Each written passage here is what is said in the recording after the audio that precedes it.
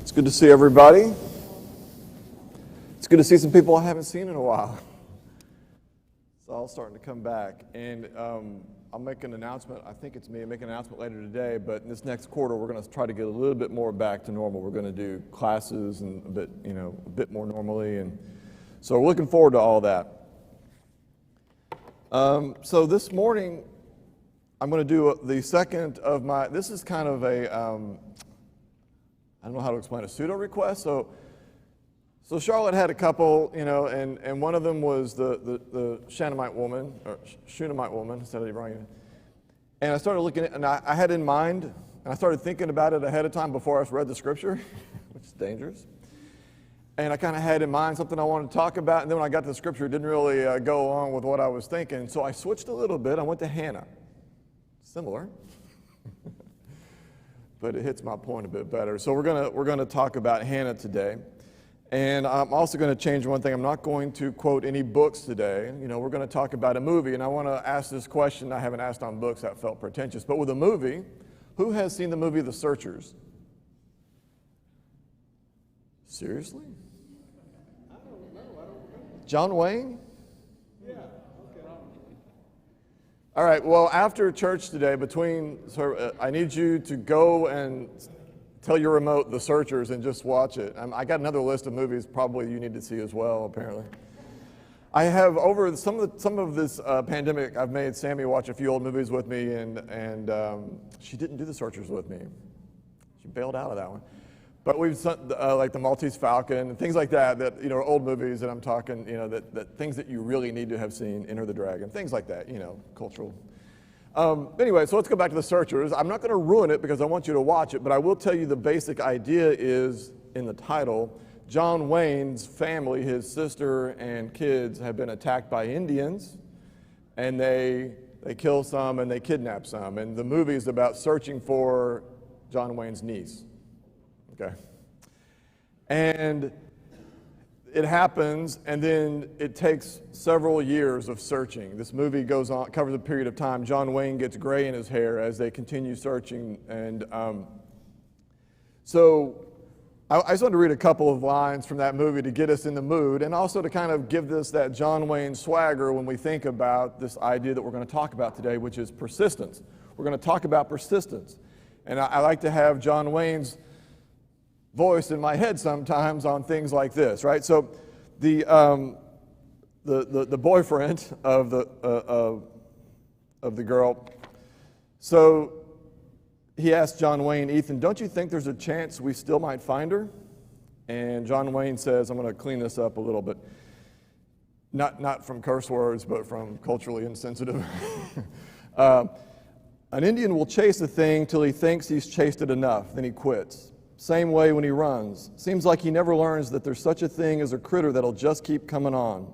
We'll find him in the end, I promise you. We'll find him just as sure as the turning of the earth. And then later on, multiple years later on, the Reverend asked him, do you want to quit? And you have seen other John Wayne movies, right? They're kind of like the original, like Terminator. There's like lines that carry through the movie, like I'll be back, that kind of a thing. And this is one of the lines that carries through that movie. He asks Ethan, do you want to quit? And he says, that'll be the day.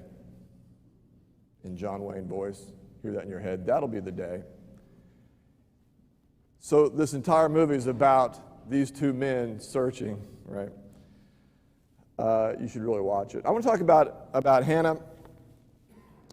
I want to talk about persistence. So if you like, turn to 1 Samuel. I'm giving up. I'm just going to wear glasses all the time when I read from the Bible now. I learned this in life group last week. It's just no point fighting it. Maybe I should get some better ones. I don't know. What's that? Yeah, like I need any more of that with the gray hair and the lack of it.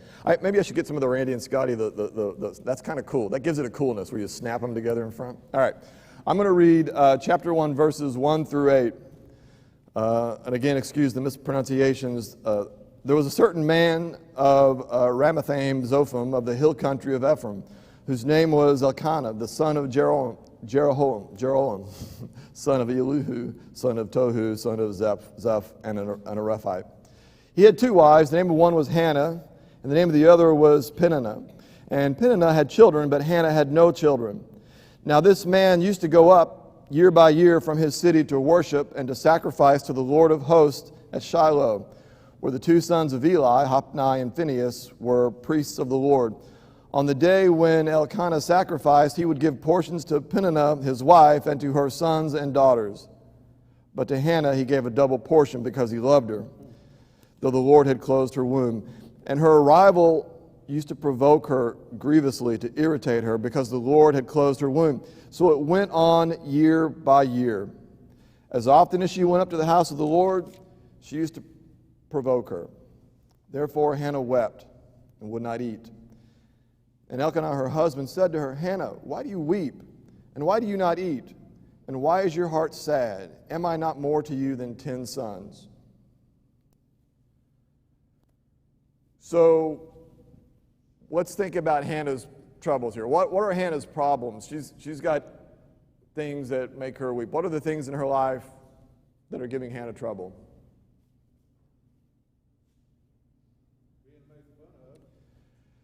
She's being made fun of, and by who? So her husband has 2 wives. So I despite what we read, and that happens a lot, that's a problem, isn't it? And so she's got, how was the other wife referred to, at least in my translation? A rival. It's her rival. Your marriage should not be a rivalry. So she's got that problem. She's in a rivalry marriage, and the other one provokes her purposely to irritate her. It's not an accident. What else is going on here?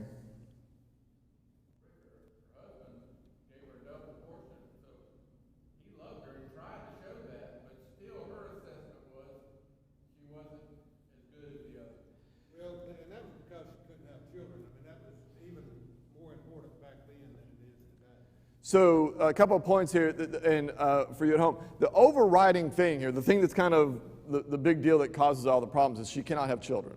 And this is a big deal in this day. In a sense, you couldn't even do what God put you on the earth to do in the Jewish community if you could not, or in that community, I guess we're kind of, but in that community, if you couldn't have children.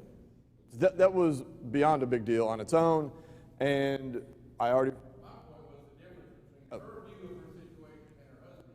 And I'm going to bend that a little bit as a husband who has missed the point on multiple occasions. Is he missing the point? So her problems are many. She can't have children, which is the kind of the start of it all. Her rival wife, which must be miserable, is very successful in the kid-having category. And her husband doesn't seem to understand why she's upset. And that last part, I suppose a lot of you can kind of relate to, but in this situation, you would want a husband who understands it's more than food, it's more than you. There's a lot going on here. She's getting no empathy. All right. So really, he may, and he could have understood, but still he's trying to comfort her. Yeah, he's trying to comfort her, but he's just no good at it because he doesn't. Well, it's not going to work. It's not going to work. It's not going to work. But even he's missing. I feel like he's missing the point. Yeah. Even if he was good at it, it wasn't going to work, right? Yeah.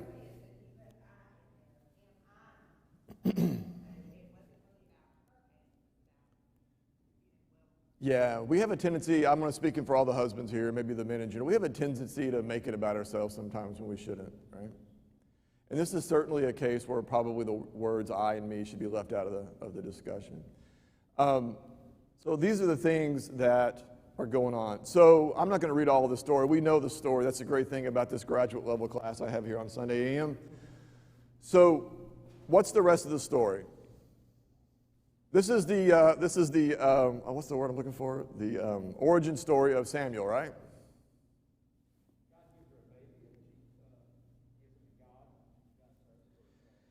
So she goes, and after many years of this, year after year, after many years of this, she continues to pray. And in this particular prayer, she prays that, God, give me a son, and then I will turn around and give him back to you. So I'm guessing, and God does that, right? Eli hears the prayer, and God does that for her. And in fact, she does, after weaning the child, give Samuel to Eli, who then works under Eli, because Eli's sons are no good, right? Okay, do you think that's what she originally wanted? And that, part of me almost thinks that might be a bit worse. I mean, she does kind of overcome this barren aspect of being a woman, but then she doesn't really get to keep her kid all that long, although she remains in his life. She makes him a ceremonial robe or whatever every year. But I don't know if that's exactly what she wants, but the point is, she persisted, and we'll get to the end of the story, as you know, but she persisted in prayer, she persisted in faith, and her prayer was answered. Yep. One of the things that always struck me about this story is where she went. Right? She went to Eli. Mm-hmm. She went to the priest. She went to the house of God. And, she could have gone to wine. She could have gone to other things, right? But she went there. This is a really good point. Because, and part of what we're going to talk about in this idea of persistence is what drives our persistence, what drives us to continue on when things are difficult. But there's a lot of options. Look around the world around you today. What do people go to when things don't go their way? What do people go to when they're depressed? Alcohol, drugs, worldly things that give you that temporary, that brief respite from your concerns.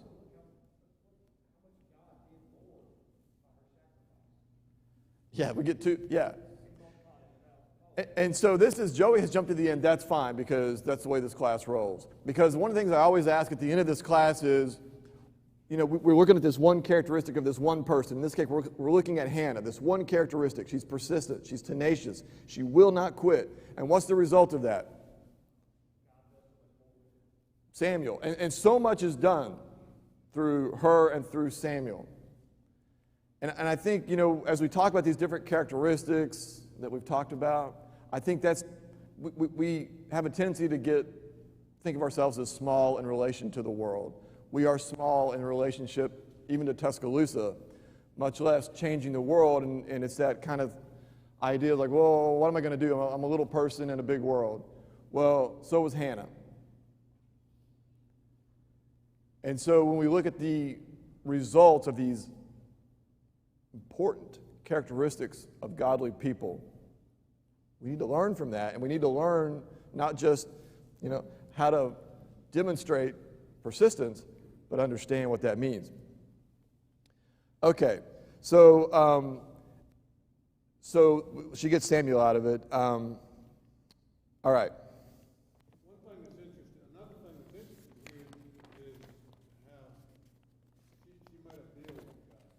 Yeah. I'll do this if you will do this. So Burrell says that an interesting thing is she made a deal with God. This is something that I'm sure happens a lot on a daily basis. I've mentioned this before. I don't remember the name of this movie. It's a Burt Reynolds movie with Dom DeLuise, so it's silly. But it's about a man who learns he's got a terminal disease. He's only got a few months to live or whatever. And he finds he can't commit suicide, which is what he wants to do because it's going to be painful or whatever.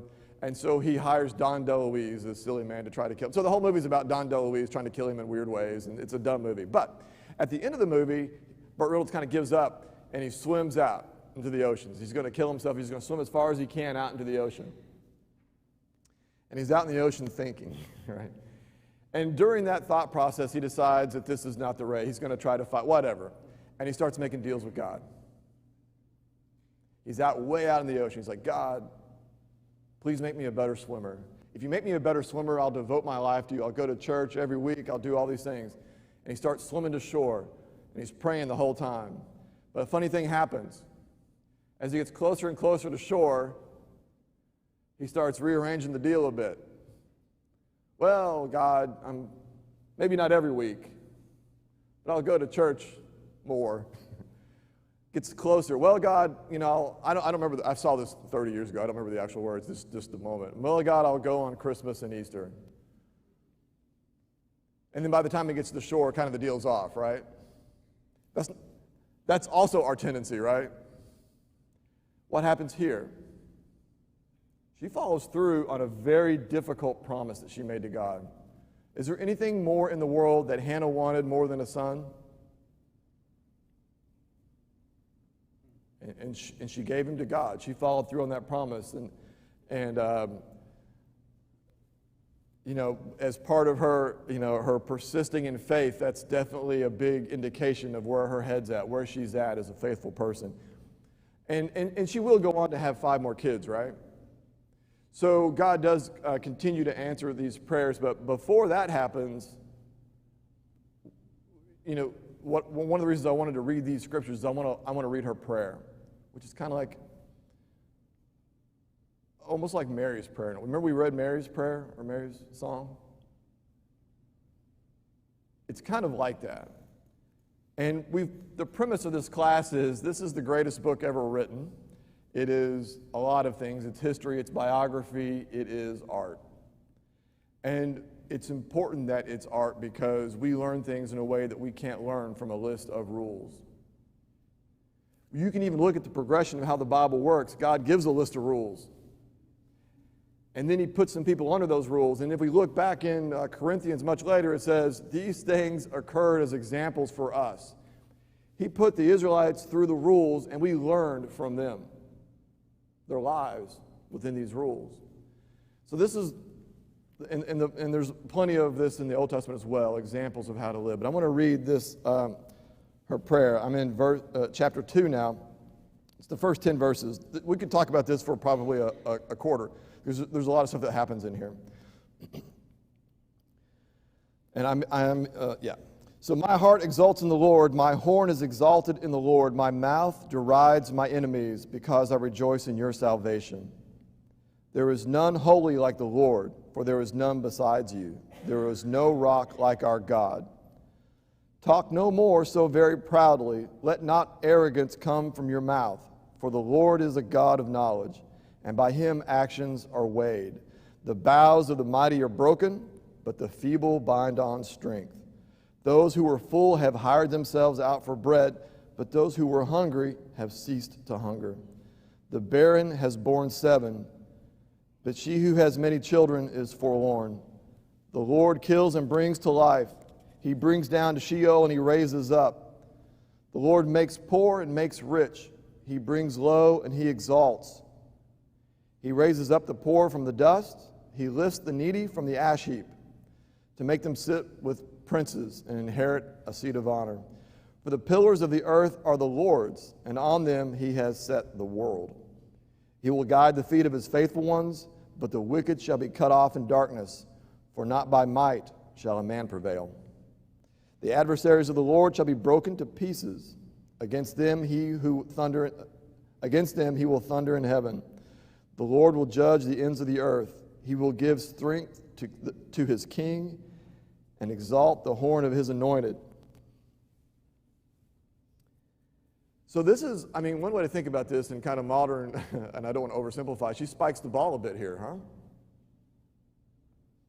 She has had a victory in God. But it's way more than that. But we can read in here not only her kind of personal victory, her overcoming this she understands the big picture. And this is kind of the point for us.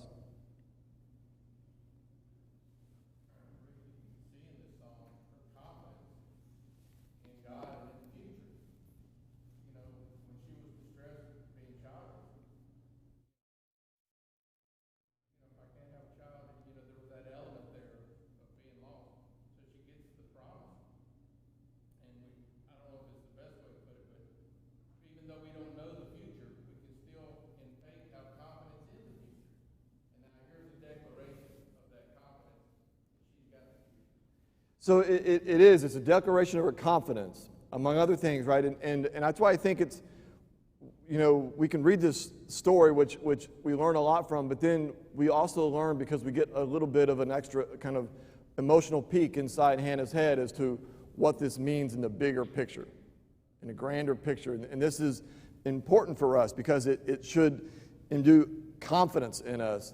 It should give us this idea of the victory's already won. We are on the right side. I want to talk in a minute about the things that we must persist through. And it's these kinds of feelings.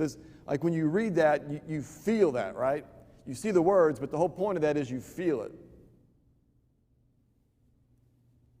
In the Bible, it just struck me what you pointed out there, that God often uses people who are too old, like Abraham and Sarah, or barren, Sarah and Hannah, too sinful, Paul, or maybe on the wrong side. She said people that you don't expect, right? To show that, I think in some way to say he's the one that's doing it. Right.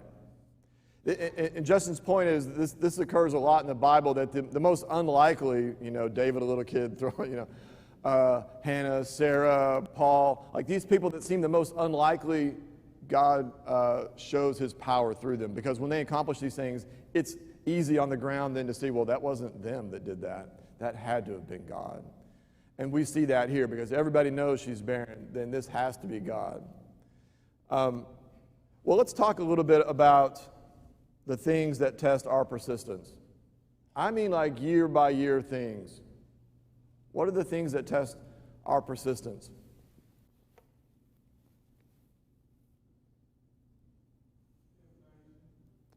Temptation, and particularly if it's a temptation that is acute to us, that we have difficulty with, and it seems like it never goes away.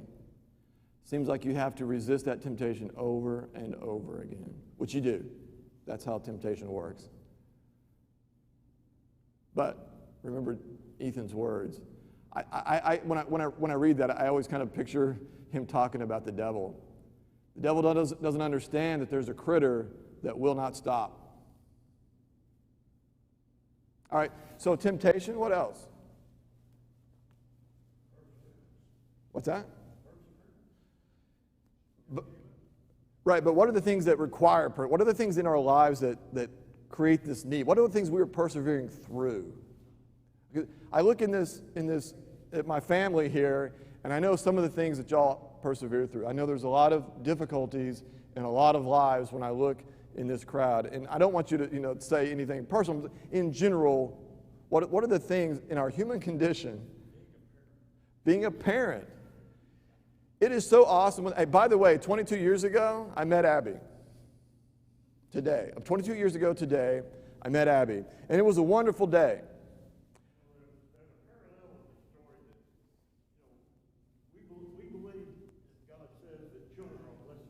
Mm-hmm. And our goal as parents should be to give them back to the Lord when we're through with them. Oh, for sure. Not as a priest as she did, but as Christian people. I think that's a very clear theme in this story. What Dale says is that she gave her son to the priest, to the Lord, and that is also exactly what we do, right? We raise them, but the whole point is to get them back to God. And the point I wanted to make in terms of persevering through childcare is, I met 22 years ago, I met Abby. 9 months before that, or 7 months, 6 months, I knew about Abby. And at that point, I started worrying about Abby. And now, if she's driving late at night or something, I still worry about Abby. It's never going to go away. I can't explain it if you don't have kids, but you fall in love again, and then all the things that go along with that. And one of them is worry, even though I know we're not supposed to worry. Okay, so we have continual temptation. We have kids that are going to drive us crazy. Tragedy in our lives, and it may be tragedy to those close to us. It may be tragedy to us. It may be health issues surrounding us that are persistent, or tragedy that has a long effect on us because it's such a deep wound. Rick, I'd like to offer one that several of us here, I think, can understand. Most here would. But our diminished capacity due to the aging process. That's something that's really, really hard to accept. Diminished capacity due to the aging process. I was talking, I don't remember what it was. I was told my favorite age was 25. At 25, I was a grown man. This was the first time I was doing something and somebody I didn't know said something to me. And normally I would say, oh, sorry, whatever, you know what I mean? And at the moment I thought, I'm a grown man. And I didn't take it. And that's really not the point, but at 25 I felt like a man, but I was young enough that I could get up the next morning and nothing hurt. See, all those years you're thinking, I'm going, when I get really grown, when I'm really mature, I can handle all of these things. But in reality, you handle a few of them, and as you get older, you can handle fewer and fewer. And you never do get to that point of being able, like you thought all the grown-ups were when you were a kid. They've got it made, they know all the answers. You find out none of that is true. This is, so if you can't hear, But it's good to be 82. I'm not complaining. right, no, yeah, my, you know, every now and then, you know, part of my prayer is I hope that when I'm 83 I can play golf like Bill does, that I can have a full backswing like that. But Everett's point I want to make is really important. When you are young, you think, I will when I get older, when I become an adult, when these things are going to look up. I'm going to understand more. I'm going to be able to accomplish more. I'm going to be able to solve problems, all these things. And then, and you have this kind of hope that helps you get through some tough years, right? But then as you grow older, the realization sinks in that, in fact, you can't resolve all these problems. And even worse than that, as you get older, it becomes more difficult and maybe less gets done. So I think, so the aging process is something hopefully we'll all go through, and it's going to require persistence. Remember Caleb, right? We're going to finish strong, but it is something that every morning you get out of bed. I'm 53, so you know I'm old-ish, right? It's Justin's eyes. I'm pretty old. All right, I get it, especially compared to some of you guys. And something new hurts, and I ask myself the question, is that just a temporary thing, or is that for the rest of my life now? Because I got a few things that hurt in the morning that have been hurting forever now. The end of the story is this, Vic. I didn't finish. Oh, sorry. The main point is, the more you become diminished within yourself and your realization of that diminishing, the more you depend on God. So that's a good thing. So it does make it easier now with wisdom, right? Unlike when you were a kid and couldn't do more. With wisdom, you understand that this increases your dependence on God. I want to also point out, that there's this, we live in a rough world. I know we brought this up when we talked about forbearance and we talked about Stephen and different things. We live in a world that's rough.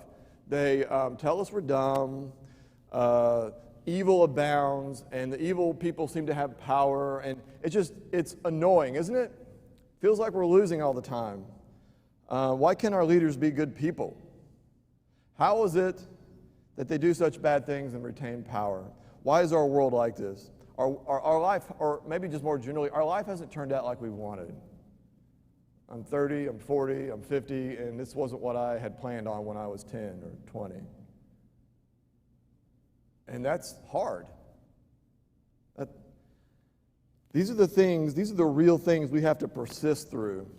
And in times like this, I think you can remember Hannah's prayer, because her point is eternal, and her point continues to apply no matter when we are. So I'm going to look at just a quick few verses. Romans 5.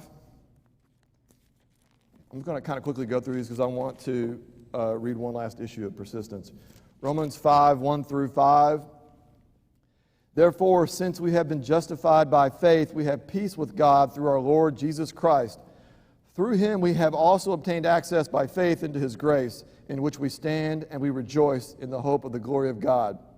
Not only that, but we rejoice in our sufferings, knowing that sufferings produce endurance, and endurance produces character, and character produces hope, and hope does not put us to shame, because God's love has been poured into our hearts through the Holy Spirit who has been given out to us. Our sufferings have a purpose. Our endurance, our persistence, our tenacity through our sufferings have a purpose. James 1.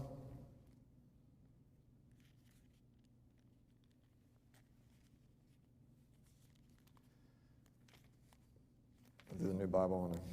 Doesn't look like my old Bible, sorry. Hebrews 1, I'm going to read just as starting in verse 2. Count it all joy, my brothers, when you meet trials of various kinds, for you know that the testing of your faith produces steadfastness.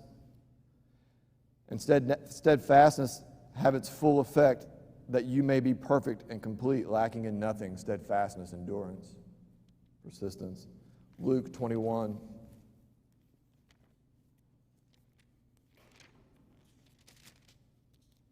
Starting in verse 17.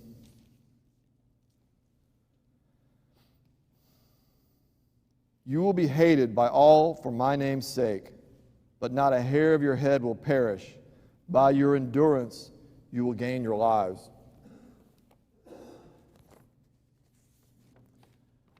God knew we would face these problems. God knew we would face these long-term problems that don't go away.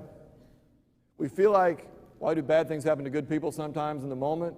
But really, over years and years of bad things, why won't it go away? Why do bad people seem to prosper? And I deal with this year after year after year. Do you want to quit? That'll be the day, right? I want to read to you a story. I know I've read this, I know at the Presbyterian apartment, so Joey's heard this before. But I want to read a story about Florence May Chadwick. She's a long-distance swimmer. I thought this was a good story to end our discussion of endurance on. Florence May Chadwick is a long-distance swimmer. She eventually became the first woman to swim the English Channel.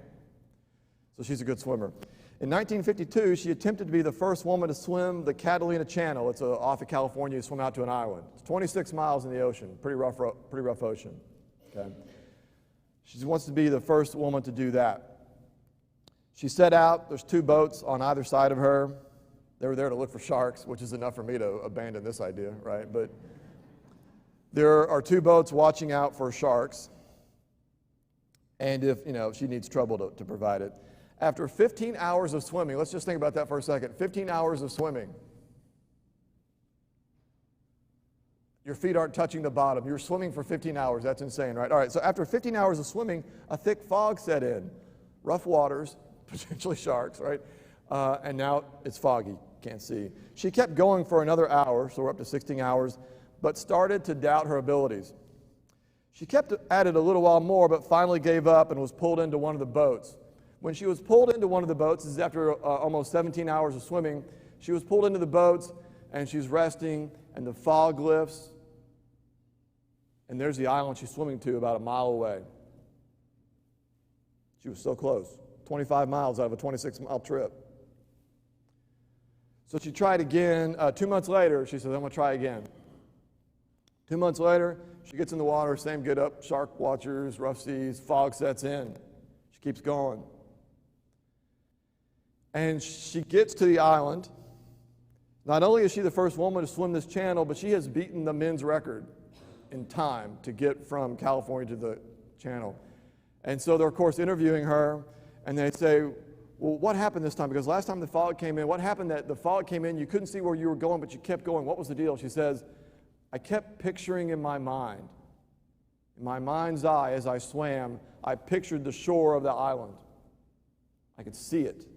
She couldn't actually see it, but she could see it. And because she continued to picture that island in her mind, she continued to swim, and she made it, right? And this is, I think, the overall lesson that we're trying to learn today from Hannah. We're going to go through troubles. We're going to go through tragedies. We're going to go through disappointments, lifelong disappointments. You may not be like Hannah. You may not have a child or the career or the marriage or the whatever that you had planned on. The health. But you've got to picture in your mind what Hannah states. God gives. Everything's from God. And our faith in God assures victory. Maybe not victory in this battle with my health. Maybe not victory in this battle with whatever I'm going through here on earth. But it assures victory of the kind that we care about. Colossians 3, verse 1, since then you have been raised with Christ. Set your hearts on things above, where Christ is, He's seated at the right hand of God. Set your minds on things above, not on earthly things. For you died, and your life is now hidden with Christ in God. When Christ, who is your life, appears, then you will appear with him in glory. It's going to feel like we're losing. If you haven't already felt it, you will. It's going to feel like we're losing because we're looking around us right now on this earth. Remember Hannah's prayer. The whole point, never quit. We can never quit. We're going to want to quit. The devil's trying to get us to quit, but he doesn't understand.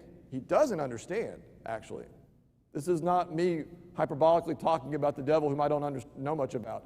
But I know this, he doesn't understand that we will not give up. Otherwise, why would he continue at it? He doesn't understand that we will not give up. Our island that we need to picture is reaching that point of depending completely on God. As long as I thought I was dependent on myself, I could never get to that pinnacle of knowing what I was doing, being in control, being able to solve all the problems. And when I finally realized I'm never going to get to there because it's not within me, it's within God, then I'm having some peace. Everett makes a really interesting point that this Catalina Island that we're picturing in our head, it's our dependence on God. It's the completion of our understanding that we're fully dependent on God. You know, in Colossians, we look up to God. We see Jesus at the right hand of God. This is what we're focusing on. It is Him. As Hannah says, it is Him that allows ultimately the victories we're going to have. All right. I appreciate it. Charlotte, that was a little bit off of what you recommended, but it was as close as I could get. So, thank you. We'll try again next week.